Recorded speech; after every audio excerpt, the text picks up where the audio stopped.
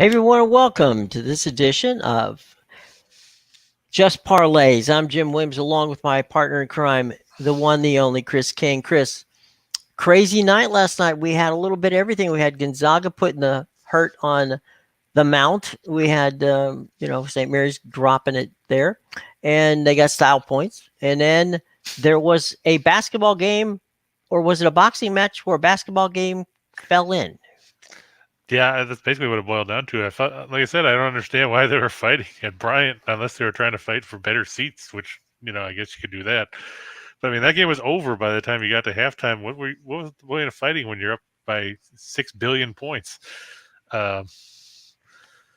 As for, what else we saw, let's not forget about good old Bellarmine over there in Louisville. Yeah. Congratulations, you win the conference tournament and don't get to go to March Madness. They don't even get, I guess they got to keep the trophy, right? Yeah, I guess they get to keep the trophy, but I mean, Yeah. still, you don't get to play in the tournament. Now you got to, play in the CBI where you have to basically pay to get into that tournament. Right. I mean, it's a dumb rule, and you have to think it's something that the NCAA is going to have to look at. If a team's good enough to come up from D2 or D3 or D whatever, Right, whatever, and win a conference title, this is no different than when teams used to transfer to conferences. Remember when U.S. International transferred to the now no longer existing Transatlantic Athletic Conference, and they won a title, or they won the Who conference could forget tournament, it? and they couldn't go anywhere. Yeah. It's just stupid. I'm not going to argue with you on that one, buddy.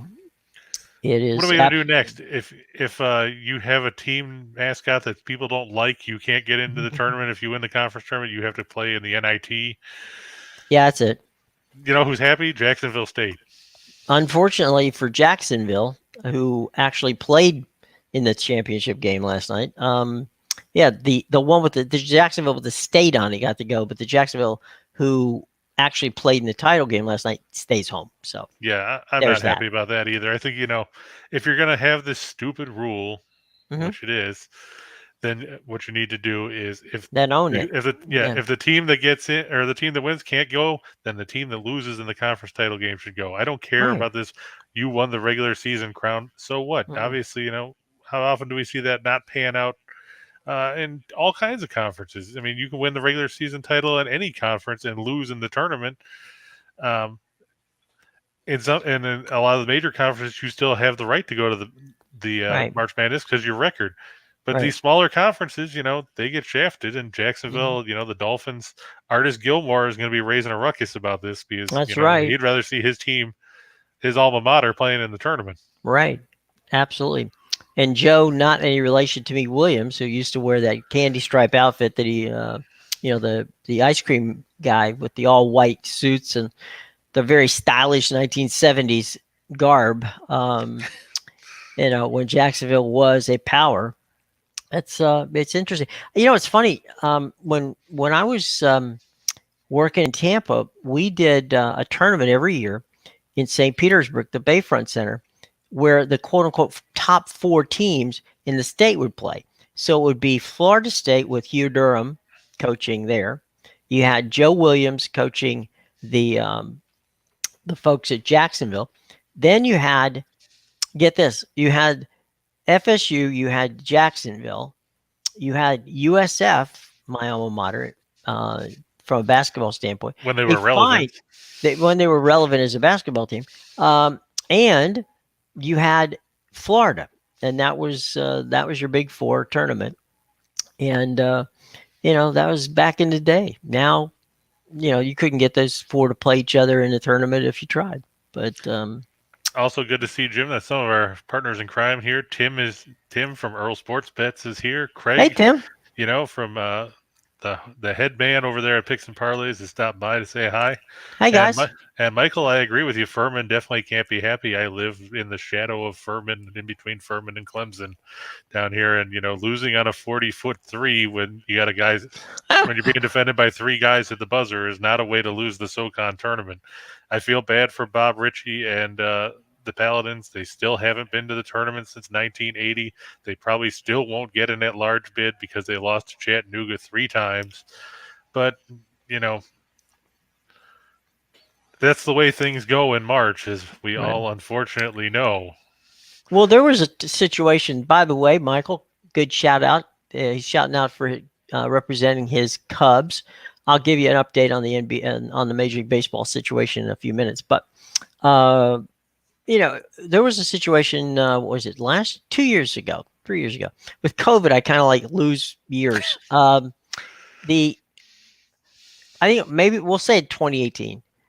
There was a team that made the tournament with a losing record, winning the conference tournament, and they were in the tournament with 11 and 16 record. So, don't try to when it comes to the NCAA, never try to apply yet logic. It does not happen. Okay. Well, yeah. Speaking of that, the teams with the worst record to ever make the tournament, it happened 3 years in a row.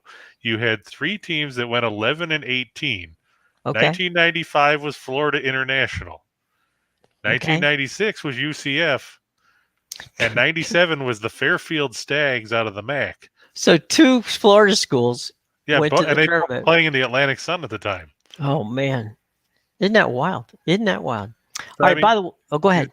I was just going to say, you can't tell me that, we're going to let a team that's 11 and 18 in because they won a conference tournament, but we're going to not let in a team that just because they came up from Division 2. Hey, Craig, good to see you, buddy. But yeah, you look at some of these teams that have gotten in over the years.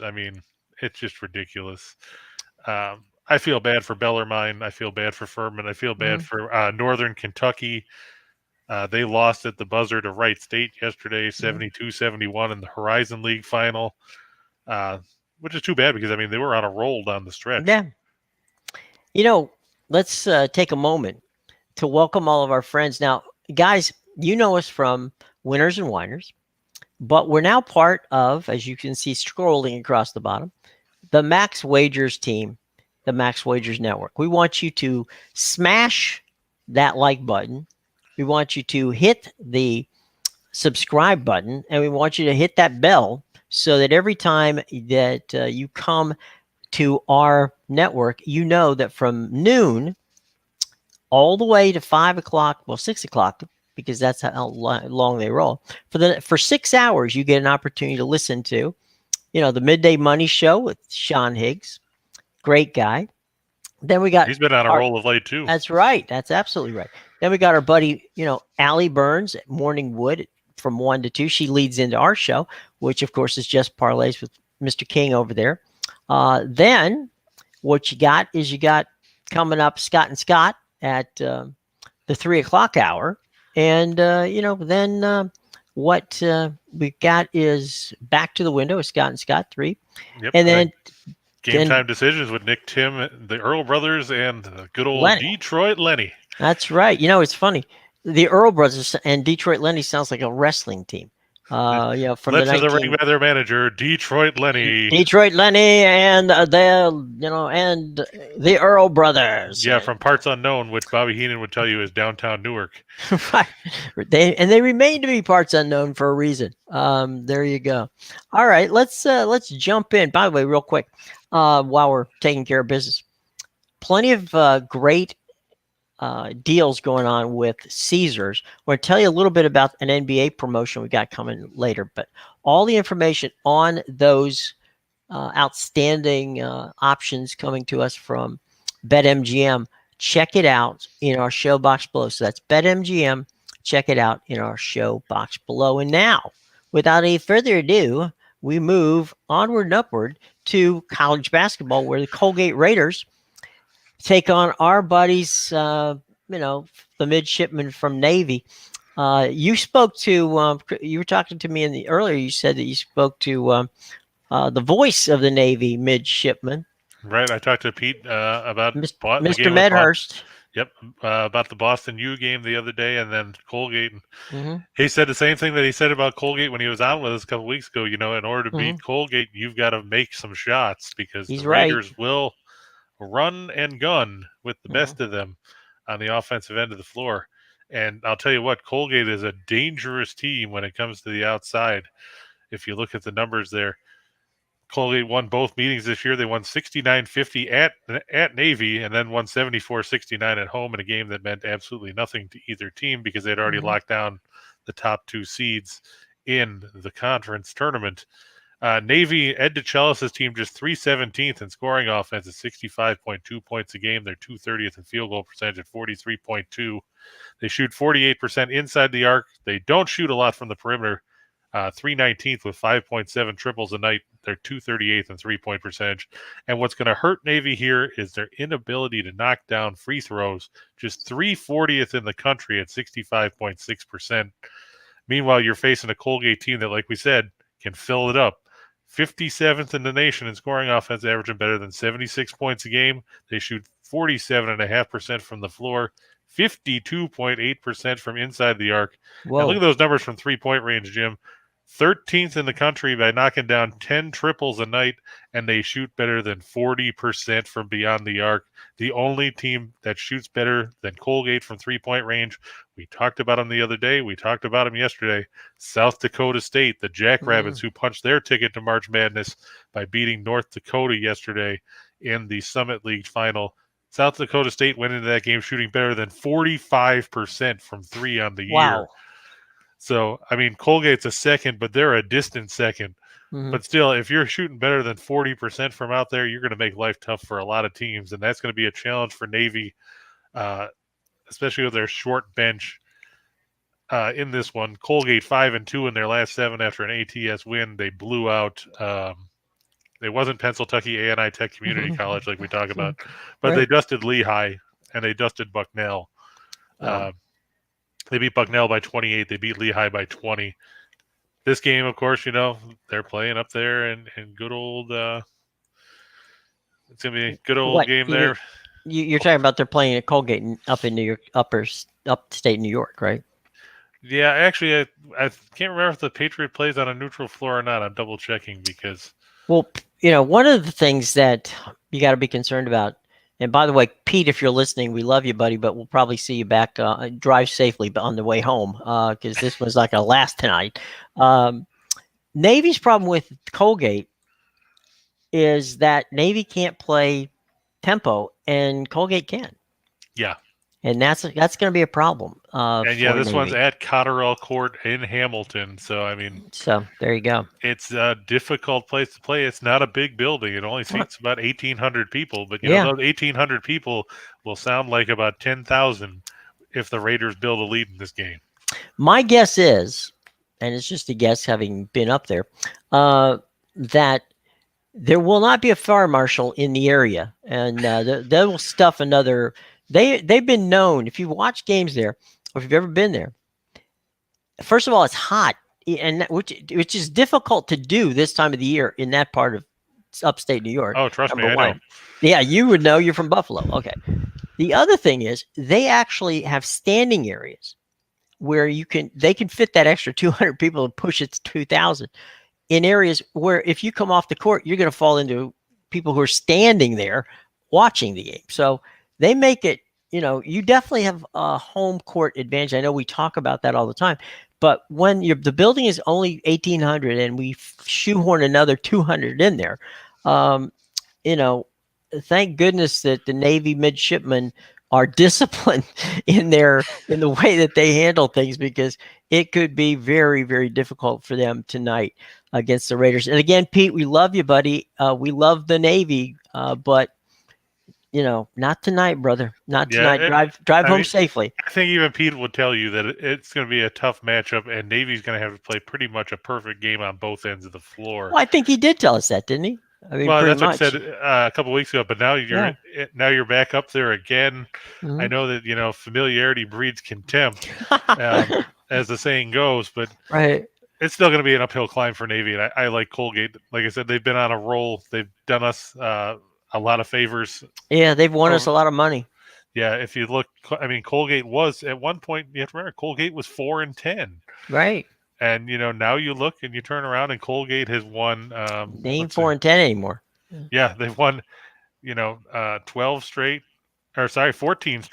18-19, and all of a sudden you went from 4-10 to 22-11.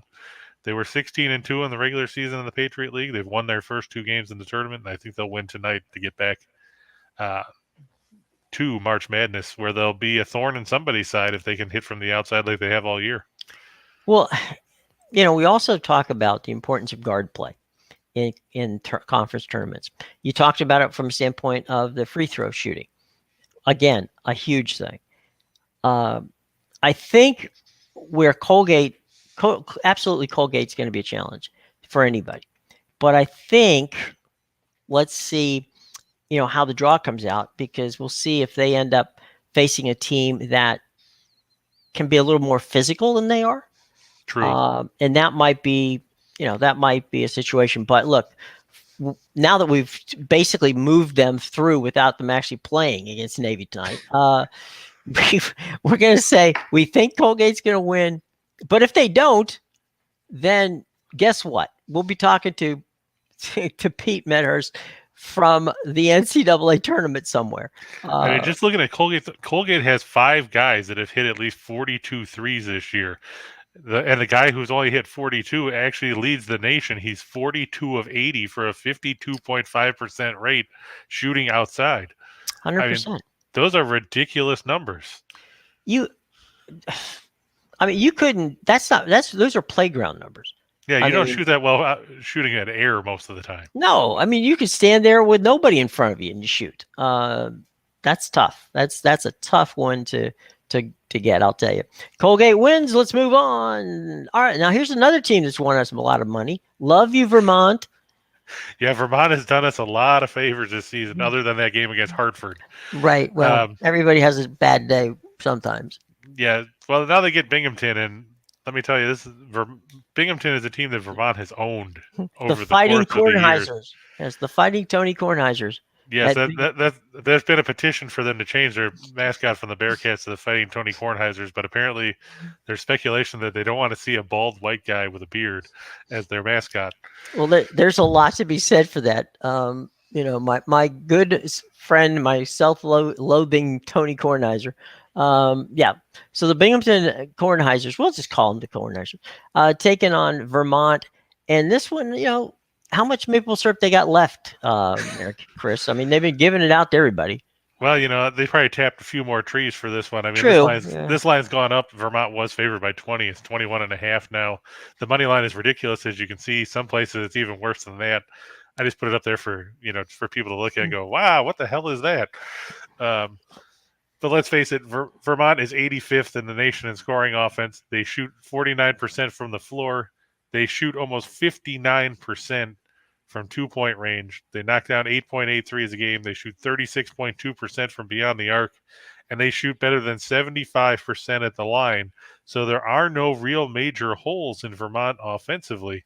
Meanwhile, Binghamton, Lavelle Sanders' team is 246th in scoring offense at 68.6. They're an average team shooting the ball. They're below average at 2-point range. Yep, Sly's right. Colgate's been a good moneymaker this year. I'm not going to take that away from them, and I'm looking for that to continue here. Tim, sure. I guess if you want to lay 5,000 to win $100, why not? You know what, Tim? I've seen people do it. Yeah, I've done it myself. It's not to that point. Maybe a couple of grand, but yeah, no. Look, you come away with $5,100. So what's the big deal, right? But yeah, I think that Vermont's going to win this one big. I mean, you just watch them destroy everybody's favorite, school, the New Jersey, not Massachusetts Institute of Technology. They beat them by 39 on Sunday in their first round matchup. They've beaten Binghamton 39 out of 47 times that they've met, including 15 in a row. There you go. By the way, Tim, we do know you were joking, buddy. but like I said, I've seen stranger things from some of these people tickets that people put up on Twitter. Betting a ton of money on a money line like that for no reason other than they can say, "Hey, look, I bet a winner." Fade Navy. Those guys are frauds. Jack, buddy. Okay, good to hear. By the way, don't go to Annapolis and call them frauds. That could be dangerous. But good to see you, Jack. Welcome. Super Sly's talking about North Dakota State for a minute. South Dakota, I'm sorry. Good old Kyle Korver. I remember him when he played in Utah. And, he's bounced around the league, but he's always been a good sharpshooting guard. We'll sneak a quick one in from Thomas. Nebraska 5 over Northwestern, and that's I don't know about that. We'll talk about that in a minute there. Sly, hang on to it.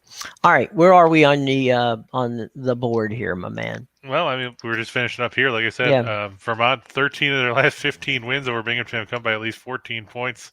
Binghamton hasn't won in this series going back to, I think it's 2015. Vermont's 4-1 against the spread in their last 5 as a home favorite. They're 21-6-1 against the spread in their last 28 on Wednesday. And Binghamton 0-4 against the spread in their last 4 after a straight-up win. Doesn't look profitable for the Bearcats tonight as their season comes to an end in a familiar place where they like getting beat, and that is up in it's a very Vermont. very masochistic group of people in that one. Just for reference, yeah, in the first meeting this season, which came in Vermont on February 9th, right. final score was Vermont 82, Binghamton 51. You know, I remember we talked about that game, and I remember we both said it's maple syrup. Take it and leave, and go have your pancakes, and they did, and they did. So there you go. But we have Super Sly was talking about South Dakota State. Let me pop that up there real quick for you. Kyle Corver, we got that one. We got the one on. Thomas is asking about Nebraska and Northwestern. Now, Nebraska, you know, we liked beating up on them earlier this season. Yeah, we did. But all of a sudden, they got hot at the end of the year. They won 3 straight games. They beat Penn State by 23. They beat Ohio State by 8, and they beat Wisconsin by 1. All those games coming on the road. Of course, Wisconsin, that game was marred by the injury to Johnny Davis for the Badgers. Probably changed the collection of that game. Northwestern isn't really a great basketball team by any stretch of the imagination. The Wildcats 14-15. Chris Collins' team stumbled down the stretch. They lost 5 of their final 7, and that was only salvaged because they beat Minnesota in the regular season finale to get to 14-15. Sure, I mean, Northwestern won both meetings with Nebraska, but this seems to be a different Nebraska team all of a sudden, I guess. Yeah, it's tough to beat a team 3 times in a row. I mean, I guess getting, you know. That, by the way, for those of you listening, that's actually a cliche. So I used to find announcers, if they use cliches, I got to find myself for that one. Okay. Cliche. Okay, by the way, you can send me the $100. You got it. Medic BBG. Hola. Well, bien gracias y tú. All right. Welcome. We love to have people around. You know, Chris, in that Catamount game with, was it 21.5 points? Yeah. Okay. It's a good thing that Allie Burns and Morningwood and that team, who is our lead-in, we're happy to have Allie. It's a good thing Allie didn't see that. She would have chased you all around South Carolina to. She flipped out about the Heat Rockets line the other day, and Houston still covered at 14.5. I understand, but there you go. Hey, Mike has a question for us. Michael, what do you got?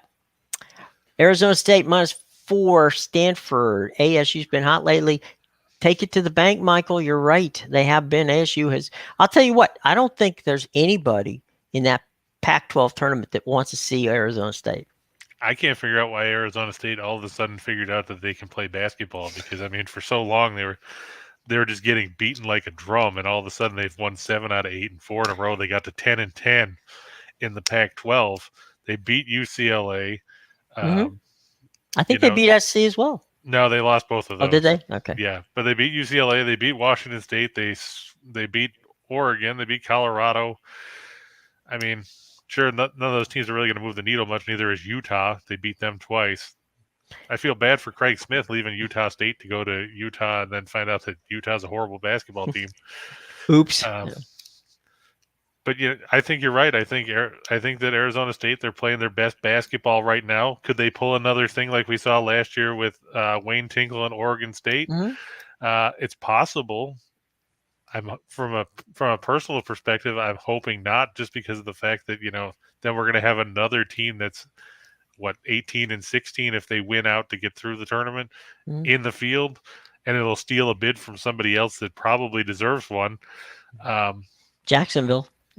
Well, we know Jacksonville's not going to get one, but No, it's I true. mean, you look at teams like Dayton or Mhm. VCU or somebody like that Right. could end up getting squeezed because of that. Because God knows if you're going to squeeze a bid, you're not going to take it from a Power Five conference. You're not going to squeeze out Miami or Wake Forest Mhm. or a team like that. You'll squeeze out some mid-major that they think that isn't going to draw any ratings on TV. Right. But yeah, I think that they're going to take care of Stanford today. I mean, they just beat Stanford in Tempe on Saturday. Right.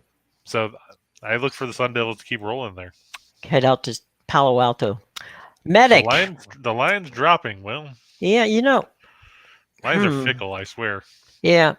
If you like Arizona State, Medic, by all means hang with them. Don't let the line, cause you grief. The thing is, I haven't seen any reports that anybody's not going to play. Well, not anybody that's new. I mean, no. I'm just still saying. The same guys for Arizona State that have been out since December, right? And but I'm saying that nobody got injured somewhere along the line. Getting on the bus and heading out there. I have no idea. Right. She said, "Okay." So there you go. Yeah, I see now the line's moved up to 4.5 now from 4. Yeah. So it's actually moving more towards Arizona State, yeah, which is giving them more points. If you catch it early. Michael has a question about Butler. Oh God, good old Butler, Lavelle Jordan, Butler and Xavier. Is there a team that is more, spastic than Xavier?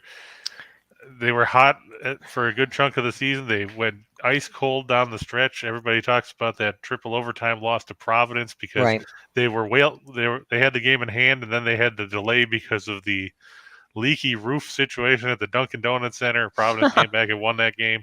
Right. I look at it if I'm a Providence fan, I look at it the same way I looked at Game 7 of the 2016 World Series, where you had that sudden rain delay that lasted 18 minutes in the top of the 10th inning, and then the Cubs, of course, won 8-7 to win their first title since 1908.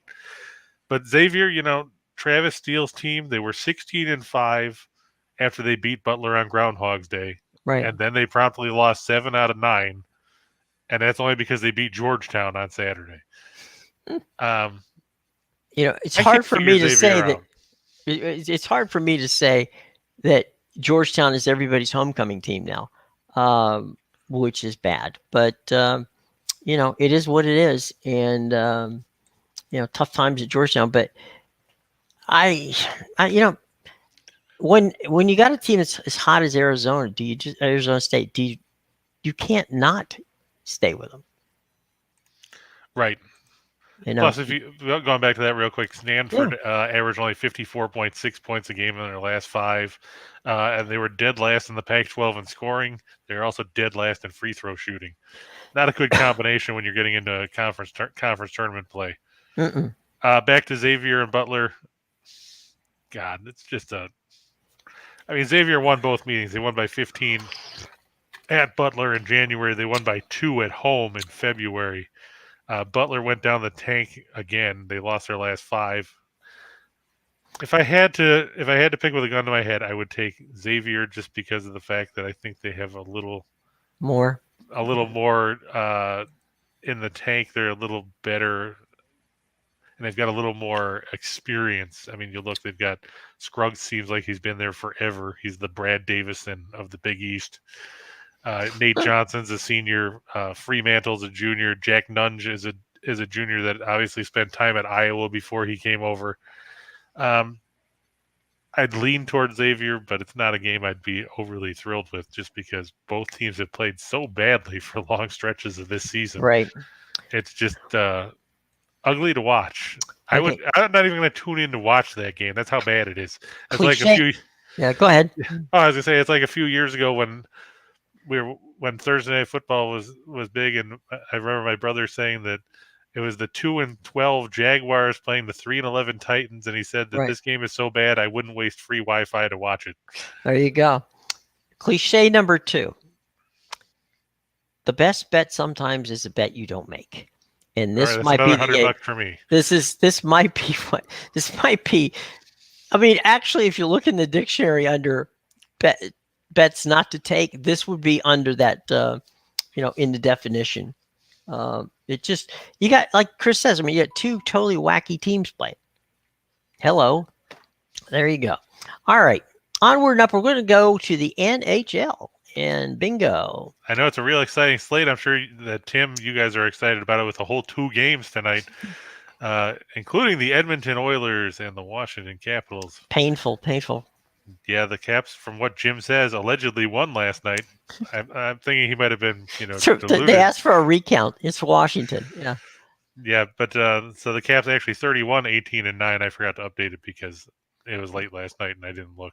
You just don't want to give them the props. That's all right. Well, they're in a wild card spot. They can stay there. There's that. Yeah.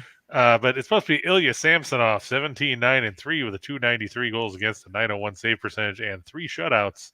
And it's supposed to be, at least last I checked. Let me see if they switch goaltenders again, because with the Oilers, you never know. Originally, they were saying it was going to be Mikko Koskinen. Let's see if they switch just to, aggravate me. Nope, they're going to actually start Koskinen. There you go. He's 19, 9, and 3 with a 305 save percentage, or 305 goals against, a 904 save percentage, and 1 shutout. There was talk they might go back to Mike Smith, but I figured it's probably only a matter of time before Mike Smith gets hurt again and ends up on the shelf. Caps 10th in goals for, 7th in goals against. Oilers are 12th in goals for, 3.19, 21st in goals against, 3.21. Caps playing the second game of a back-to-back here. They don't like doing that. They don't like playing against Pacific Division teams. They're 1-5 against the Pacific. They're 1-4 in the second game of back-to-backs. Of course, on the flip side of this, and just because, we like to be full disclosure whether it's a good day or a bad day, we talked yesterday about how the Avalanche were 11-1 in the second game of back-to-backs, and they started strong yesterday, leading 3-0, and then promptly never scored again and lost 5-3 to the Devils. So there's that too. But still, you look, and the Oilers 5-2 in their last 7 as a favorite. They're 21-9 in their last 30 against the Metropolitan Division, and the home team has won 4 out of the last 5 in this series. I'm going to like the Oilers a little bit more than I'm going to like the Caps in this one. Like I said, Washington having to play that game against Calgary yesterday. I'm going to stick with Edmonton. McDavid and Draisaitl, 2's better than 1, and I think they can outscore Ovechkin. Well, he got 2 goals last night, which tied him with Mario Lemieux for 3rd on the goal list. So there's that. No, look, as much as I enjoy the Capitals, it's hard to go out to, and again, people forget that, Edmonton in that whole situation out there, it's no different than going to Denver or any of those other places. You've got thin air. And so, the Caps in the third period are probably going to be sucking wind at that point. They'll be on oxygen. But no, Edmonton, you have to go with Edmonton in the game tonight. And it'll be a good matchup because, Draisaitl and McDavid tied for the league lead in points with 79. Mm-hmm. Draisaitl tied for second in the league with 38 goals. Ovechkin is 4th with 36. Right. Of course, now they're all looking up at Austin Matthews, who had a hat trick last night for the Leafs in their 6-4 win over Seattle. He's got 43. Yeah. Well, and, Samsonov has played well lately. And Koskinen is good. So you got 2 good goalkeepers. You got some pretty good snipers. This is a game to watch if you get a chance to. It's definitely better to watch than the other game that's on the slate in the NHL. And there it is. Everybody's favorite teams. That's right. The Montreal Canadiens and the Vancouver Canucks. If you're looking for a goal fest, you came to the right place, which is strange because when you look and see Montreal's dead last in goals per game and dead last in goals against, meanwhile, Vancouver's 23rd in goals per game and 12th in goals against.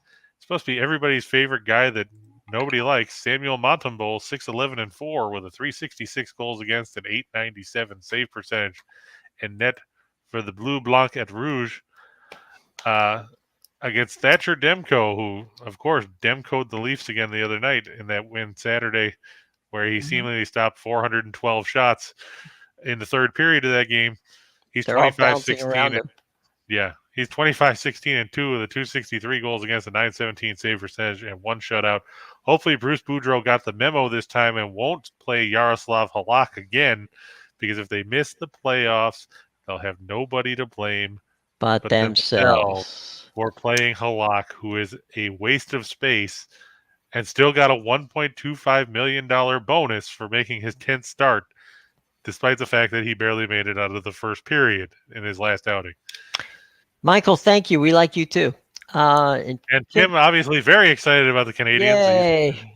But Tim, which are you more excited about, the Canadiens or the fact that the Sabres will host Vegas in the return of Jack Eichel tomorrow night? That's what I want to know. Meanwhile, you look at the. Go ahead. Oh, go ahead, Jim. No, go ahead. I was just going to say, Le Habitants playing tonight. Bruce is in Bruce we trust. And you're right. This is going to be easy over 6. I mean, what? By the way, Tim Earle's with us. Tim and Chris. He wants the Sabres on the money line. There you go, Tim. What the heck has happened in the NHL over the past month where we're getting scores that look like baseball scores? They're like 6-5, 7-2, 9-1. I mean, this is crazy. This is not normally what you see with regard to the NHL. I think some of it has to do with the fact that, with all those breaks that we had, that led to a big run of goal scoring, because goaltenders get rusty. Gives the advantage to the skaters. True. But some of it's just bad goaltending. And I'm not going to pull any punches. Like we said, Halak has been awful. Toronto's been winning, but they've had awful goaltending too. Last night, the Red Wings, I think, forgot to put a goaltender in because they gave up 9 to the Coyotes. Yeah, the Coyotes scored 9 goals. Not to be confused with Wiley. I think Lenny burned his Red Wings jersey probably midway through the first period in that game. The Blackhawks hung 7 on the Ducks. I mean, there was a ton of ridiculous offensive performances yesterday, and you can't chalk it all up to Tim said we're getting higher scores because teams are scoring more goals. I didn't think about that. That just makes all the sense in the world, Tim. But he also brings up a valid point. There's a lot of games in a short time frame where all these teams, you see teams playing a lot of back-to-backs or 3 games in 4 nights or 4 games in 6 nights. And eventually it wears them down. And like I said, but some of it's just bad goaltending. I mean, look at some of the numbers that you see around the league with some of these guys. And it's just ridiculous how poorly they've played. The Campbell's given up, I think, 4 or more goals in 9 of his last 15 starts or something like that. And it even affects, some of the good goaltenders. Look at Shesterkin. He got lit up yesterday as well. Darcy Kemper gave up 5 to the Devils. Yeah. We saw that wild game with the Islanders and the Avs the other night where it was 1-1 after 2 periods and ended up 5-4. So, I mean, it's crazy. It's weird. I mean, are we going back to the halcyon days where every game was 6-5? No. Is anybody going to threaten Gretzky's records? No. Is it better than the days of watching the left wing lock of Jacques Lemaire and everything in New Jersey in the 90s? Probably. Those games got boring. You literally. I was about to mouth New Jersey. And how it was like basically watching teams skate in vanilla pudding because everything was slowed down. It was like the slowest hockey I ever saw in my life. It was boring as hell. Oh, but yeah. they won. They won that way. Well, yeah. Well, I can go right back to Bobby the Brain Heenan about that when you talk about how they cheated, and he's like, but it worked. Right. And it did, despite the fact that it was boring as hell.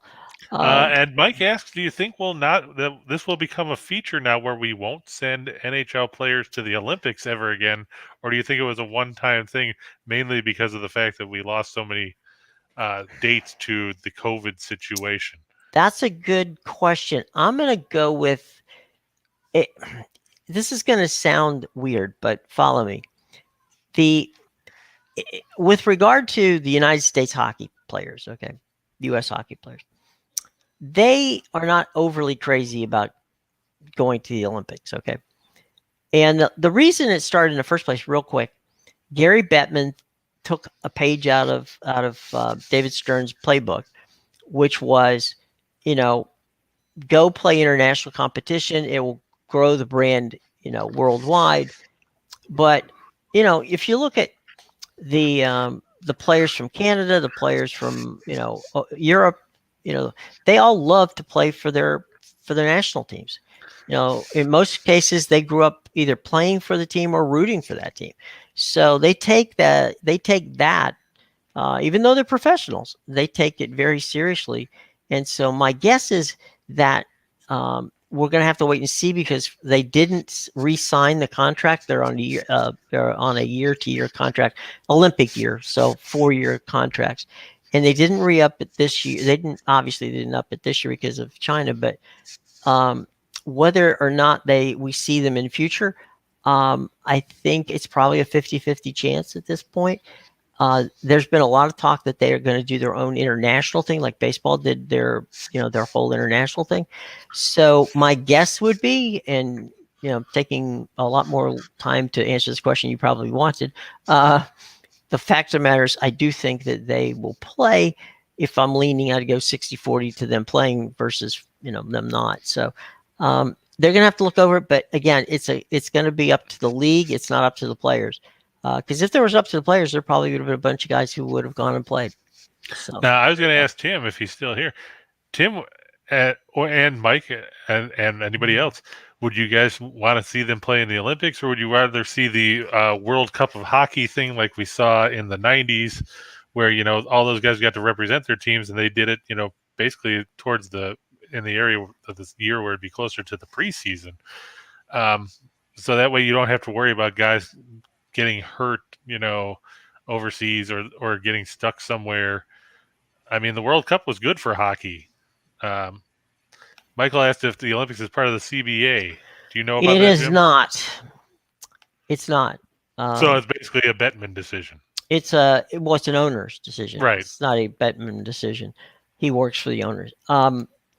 It's an owner's decision. Now, I'll tell you, the owners were not necessarily on board originally with the concept that they play in the Olympics because they were afraid. I mean, go play international, right? And somebody gets hurt, and you're coming back, and you're getting ready to start the second half of the season, and somebody got banged up playing in the Olympics. So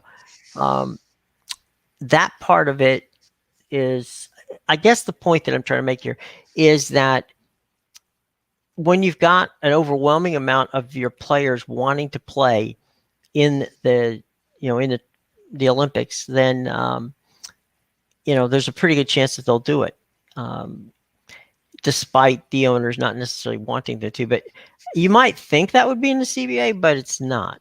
It probably should be. That's for sure. All right, it's something they'll put in there going forward. Who knows? Yeah, we'll send a note.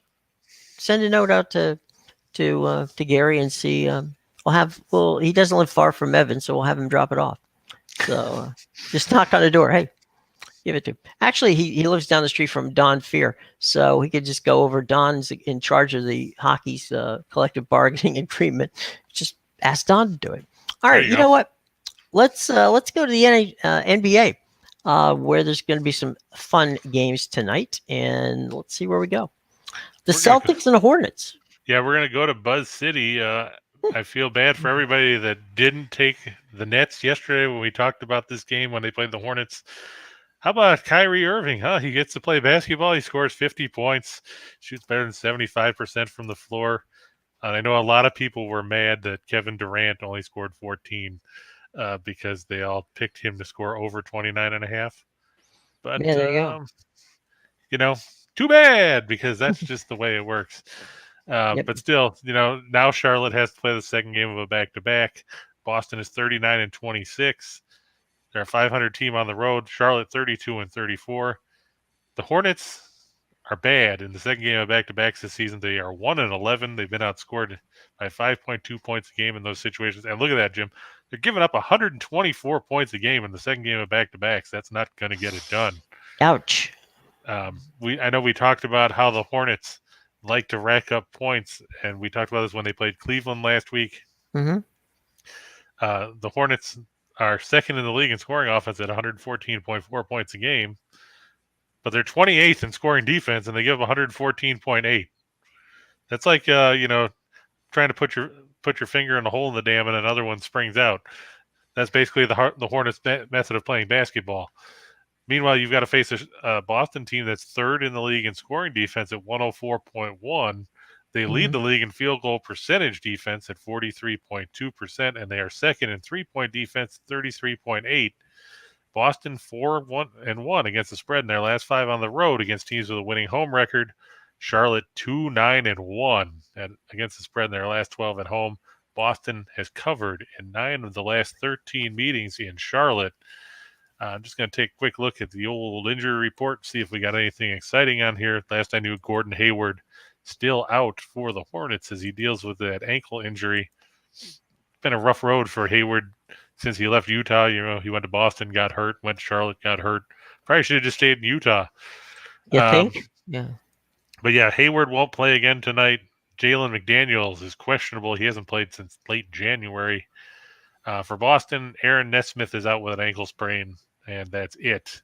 So Boston's healthy. They'll have Tatum. They'll have Brown. They'll have Al Horford. They'll have Marcus Smart. They'll have Derek White.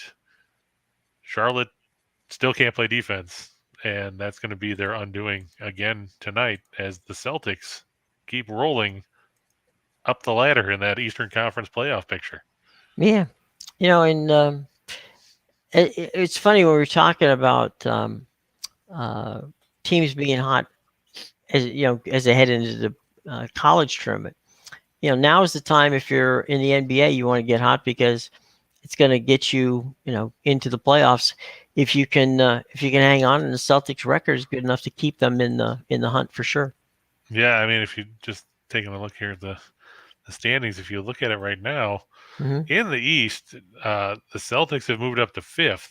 They've now opened up a 4-game lead over Toronto to stay on the right side of the guaranteed playoff cut line because, the top 6 teams in each conference get in there. Guaranteed. They don't have to play in a playing game. Charlotte has dropped all the way to 9th, and they're tied with the Hawks. They're ahead by a percentage point. So they could be in 10th by the time the day is over. And Washington, for all their issues of late, just lingering 1.5 games out of the playoff picture at this point of the season. So Charlotte doesn't have much room to work with here. Well, and as we said the other day, Eric Spoelstra's team is starting to get healthy again, and that certainly can't hurt. I'm sorry, go ahead. As I say, that's the difference in this game here. When you look at it, is sure the Suns have the best record in the league. Can't fault them for that. They're 52-13. That's an 800 winning percentage. Right. They're 24-6 on the road. That's an 800 winning percentage. Problem is, they barely beat Orlando yesterday because they're minus their entire starting backcourt of Devin Booker and Chris Paul. Cameron Johnson also out. He had that bank shot game winner against the Knicks Friday night, but then didn't play Sunday, didn't play yesterday. I don't even think he made the trip for this road swing for them. So he is not expected to play either. And that's tough because you got a Miami team that, like you said, they're getting healthy. I mean, Jimmy Butler is questionable tonight with a sinus infection. Other than that, though, everybody's healthy. Bam Adebayo's healthy. We saw Oladipo come back the other day. He scored 11 points. Right. Tyler Hero is healthy. Duncan Robinson. All those guys that people, you couldn't pick them out of a lineup, but, they can play basketball. And that's the difference here. Miami's 4th in scoring defense at 104.6. They're 4th in field goal percentage. They're 9th in three-point defense. The Suns, they play well in the second game of back-to-backs record-wise. They're 7-3. But if you look, they get outscored in those games by 2.7 points a game. So they're due for a regression of sorts here. And the Heat 5-0 in their last 5 overall. They're 7-0 against the spread in their last 7 on Wednesday. They're 10-1 against the spread in their last 11 against teams with a winning percentage above 600. Suns 1-4 against the spread in their last 5 overall. Look, you could barely beat Orlando and didn't cover the line yesterday on the road. Now you're playing the second game of a back-to-back against the team that leads the Eastern Conference and who's healthy on the road. I'm taking Miami. To your point, Chris, one of the things that people sometimes don't look at, and that is when a team comes into your building and they're the number one team in the league, they got the best record, you get a little psyched. You want to True. see, this is, you may play Orlando last night and go, oh, that's a, yawn fest. All we need to do is just win. Who cares by what? But in the case of when you're playing a Phoenix or you're playing a Golden State or you're playing, any of the elite teams in the league, there's always that thing of like, okay, we got something to prove. They're not going to be, they're not coming in our house and win. Now, if you're Miami, you've got the ability to back that up. And so, yeah, I mean, you're getting good points. That's the deal. I'd take it. Yeah, I mean, you're looking too at the fact that this is a potential finals matchup when you get right down to it. Those teams lead their respective conferences. Mm-hmm. And Michael said, "Let's figure out MLB before we deal with Gary Bettman." All right, Michael. I can tell you this: prior to coming on, as I was putting together a column, I did speak to some representatives. They worked. They've gone 17 hours now of negotiations. I would expect in the next 48 hours that we're going to find out what's going on because of two things. One, with regard to the money aspect of it, if they have to cancel games, which supposedly yesterday was the deadline, but I was going to say, so did they just extend it? That was the third deadline, by the way. A fourth deadline will be coming soon. They could still theoretically get in 162 games, which is what they want to do. The players want to do. The owners can go, the number is 25, okay? The owners could theoretically blow off a month, which is 25 games, okay? And they wouldn't lose the local TV money, which is incredibly important to them. Especially the Dodgers. Yeah. The cash, the checks that they have to cash, not a problem. So look for the next 48 hours. If if they spent 16 hours yesterday and they're back at it today, negotiating, then I think we're going to get closer. A couple of things we know, and that is there's going to be a universal DH, which is going to be interesting. Hate it. I didn't say that you had to like it. I just said they're going to do it. That's good because I don't. There you go. He doesn't like it. No, wait. That would be this way. Okay. He's still pointed the same way twice. I know. I don't know how that works. I can just like he's over there. There he is. Okay. They're going to have a pitch clock. They're going to try to do some things which may or may not speed the game up, but hang out for the next 40 hours. If they don't do a deal in the next 40 hours, that means we're going to be less than 162 games. And I have no idea why baseball has this death wish that they continue to fight at a time when people, are very close to not paying attention to them at all.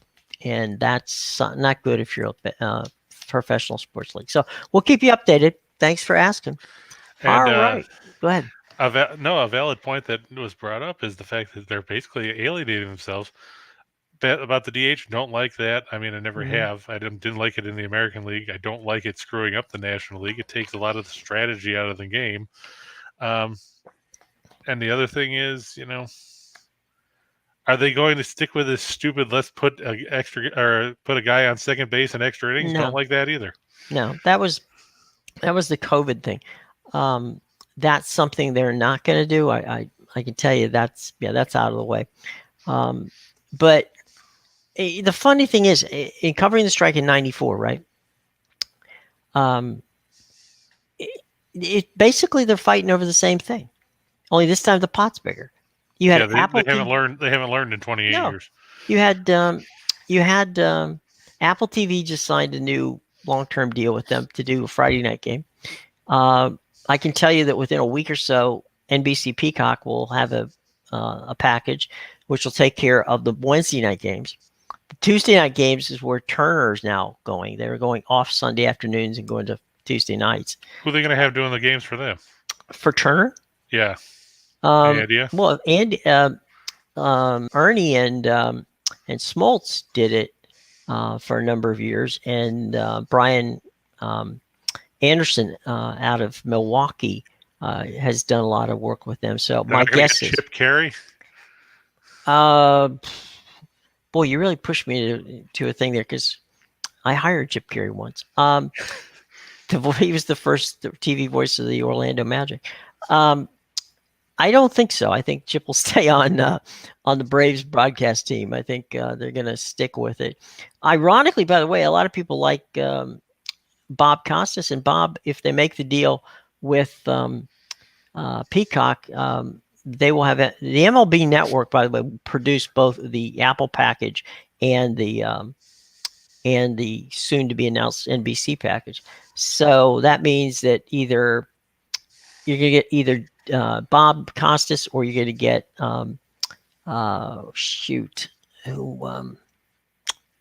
help me out, the guy that does the night, is it not Matt Veskursion? That's who it is. Matt, okay.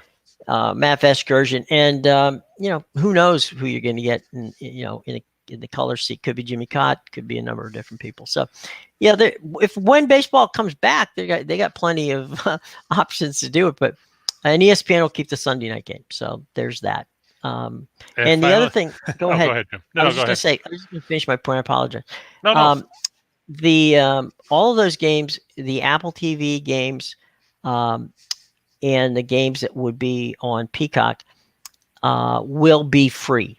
Okay, so you don't have to be a subscriber to stream those games. Okay, so there you go on that. And finally, from the dustbin here of things we're covering today, with regard to the package, the money package, it really does make all of this arguing ridiculous, because there's enough money for both sides in there, and they're only getting more. So a pox on both their houses. Get out there, play baseball, so we can watch you. Okay. That editorial was part of me. If you have a problem with it, you see my social media directly in front of me. People have no trouble finding me. So there you go. And meanwhile, here's Chris. And I was going to say, and to your point, Michael, I'm not putting a fork in the Bulls yet. I mean, you have to look. Billy Donovan's done a good job. He's just dealing with a lot of injuries. Once you get Lonzo Ball and Caruso back later this month, it'll lengthen out the rotation. And I think Chicago will bounce back. For all their struggles, you have to consider the fact that they're still fourth in the East, and they're only 4.5 games behind the Heat. They're only a game and a half behind the Bucks in the Central Division. I think that they'll bounce back, and they'll still be a force to be reckoned with. The problem is they've got to find somebody to help DeRozan and Vucevic and Levine in the short term, because the ball seems to get stuck offensively without Ball and Caruso on the floor. Right. And that's a problem. I mean, if they fix that, if they could fix that before he comes back, that's even better.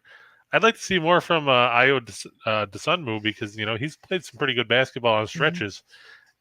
But no, I don't think he can stick the fork in the Bulls yet. How about the Pistons? Were they was 6 points?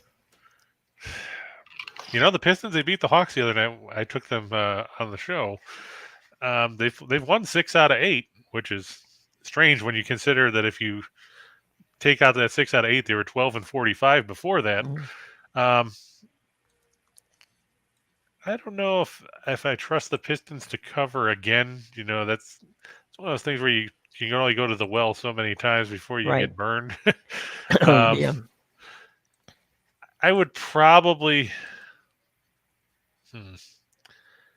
I would probably take the Bulls -6, but that's provided Vucevic plays. If he doesn't play because he's questionable, then I would take the points with Detroit. But if Vucevic plays, I would definitely take Chicago -6, because I don't think Detroit, even with the acquisition of Marvin Bagley, I don't think I don't think the Pistons have a big man that can contain Vucevic. Roland says when they had the first baseball strike, it took all the fandom away. For years. This coming from someone who played baseball for many years. You would think they'd play for the love of the game. And Branch Rickey once said, Roland, that find me somebody who'll play for free, and I'll find you somebody who's going to play for me. Truly, it's one of those things where you just wonder. Like I said, it's a pox on both their houses. They've got to. Your point about them needing to attract younger fans, absolutely, they do. And the best way to do that is to cut out this crap of people getting upset when guys flip their bats and do all that kind of stuff. The quote unquote unwritten rules of baseball, which drive me nuts. So, if you've got stars who are flamboyant, let them be flamboyant. Let them have fun. Make the game fun. Do not take away the joy. And I never figured out, Chris, something real quick we'll chat about real quick. And that is with regard to, pitchers. All right. A pitcher can go, and when he strikes a guy out, he'll pump his fist and he'll, psych himself out, and nobody gets mad. Okay. Which is fine. True. So, but a guy flips a bat or stands there and watches a 435 or 440 foot home run go off the back of the bleachers in the upper deck, and the pitcher gets pissed off. I'm sorry, you threw the pitch. That's true. James, what do you mean? Why are we here? We're always here. Where did you expect us to be? James, we're part of the new, and we're excited to say, Max Wagers group. And as you can see, as it scrolls by there, we got all kinds of great people who are involved with us. And you can start off at noon. All right. With our buddy Sean Higgins. He takes the noon hour. Then you've seen her. You like her right here. Allie Burns. She's leads into us at 1 o'clock. We come up at 2 o'clock. And then the law firm of Scott and Scott at Back to the Window is they're ready to lose for you. 3 to 4, and game time decisions with the triumvirate of Nick, Tim, and Lenny close out our day between 5 and 6. So that's 6 hours of outstanding content right here on Max Wagers Network. So be sure to hit that bell, subscribe, and hit the like button. Because we want to keep you around, okay, James? So, maybe and I did that for you. Maybe he's looking for Steen and Reichel. That's true. We are running a bit late, so let's get real quick. We're just going to blow through some of these real fast. So let's go to 2 for the money. Yep, and they're games we talked about already. I'm going to take the Celtics over the Hornets. I mean, Charlotte playing the second game of back-to-back. They lost already. Colgate over Navy, unfortunately. Third time's not the charm for Pete Medhurst and Greg Summers and the midshipmen. Right. The Raiders move on to March Madness by winning the Patriot League title.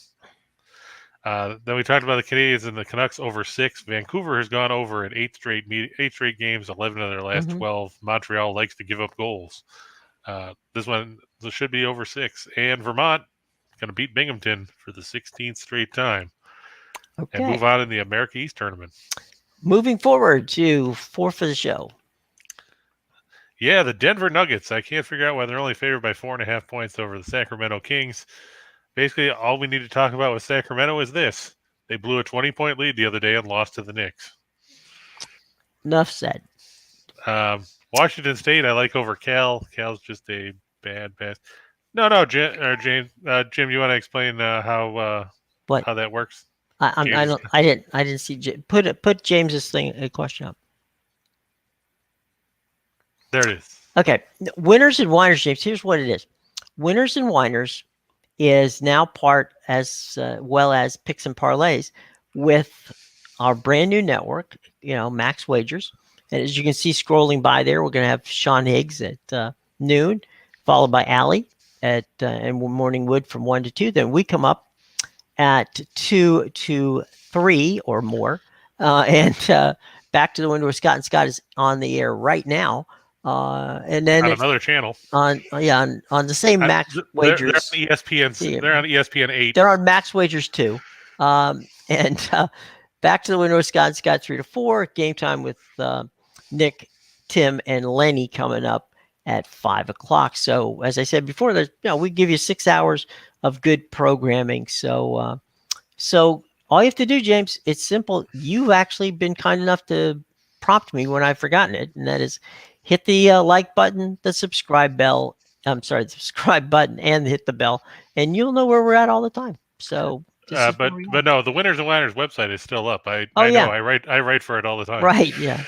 No, we're Winners and Whiners. Just the broadcast portion of our life goes that way. All right, let's go to the Chinese menu real quick. Already. Got it. There we go. Yep. Yeah, and we're gonna start with the SEC tournament. I like Vanderbilt over Georgia. Let's face it, Georgia has been awful. They won one conference game all year.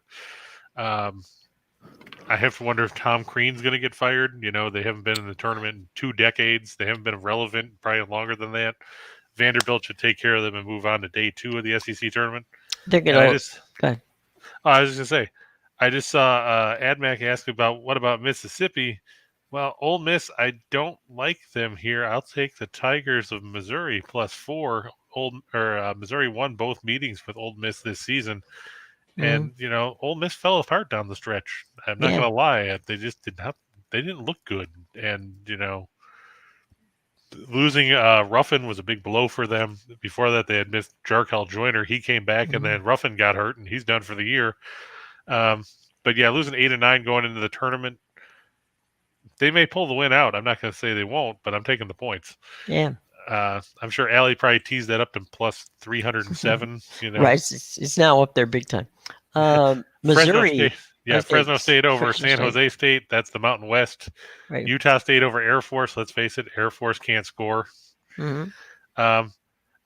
Yeah, that's a huge number with the Utah Jazz and the Portland Trailblazers. But, you know, I took the Trailblazers +15 the other day, and they lost by, 43 or something like that? Yeah, they got waxed. That just goes to show you that taking big numbers doesn't necessarily pan out when they're on the plus side of the equation. Minnesota over Oklahoma City. The Thunder have now ruled out Lou Dort, Mike Muscala, and basically the players who score on the team. Yeah, and I think Ty Jerome is out have been ruled out for the year now, so that'll take a dent out of them. I like the Raptors over the Spurs, delaying Greg Popovich's attempt to break Don Nelson's record for the most wins by a coach in NBA history. I'm going to take the Clippers over the Wiz. Let's face it, it's the Wiz. Then if you're going to put a gun to my head, I would take Vancouver over Montreal in that game that we already said is going to go over the total, and the Caps and Oilers going over 6.5. Like we said, with Ovechkin and Draisaitl and McDavid and shaky goaltending, shake it up, add some ice, blend it for a few seconds, and you get it over. Okay. Any final questions from the class here before we move on today? Seeing no hands up, guys, as I said before, we're part of the new Max Wagers team, which starts midday with Sean Higgs. Then we move on to Allie's show at 1 o'clock. We're at 2 o'clock. And then our buddies Scott and Scott pick up the pace at 3. And then Lenny and the gang show up at 5. So 6 full hours. Lots of fun. Stay with us. All right. For Mr. King, I'm Jim Williams. We will see you tomorrow right here on Just Parlays as part of the Max Wagers Sports Betting Network. Until then, take care, guys.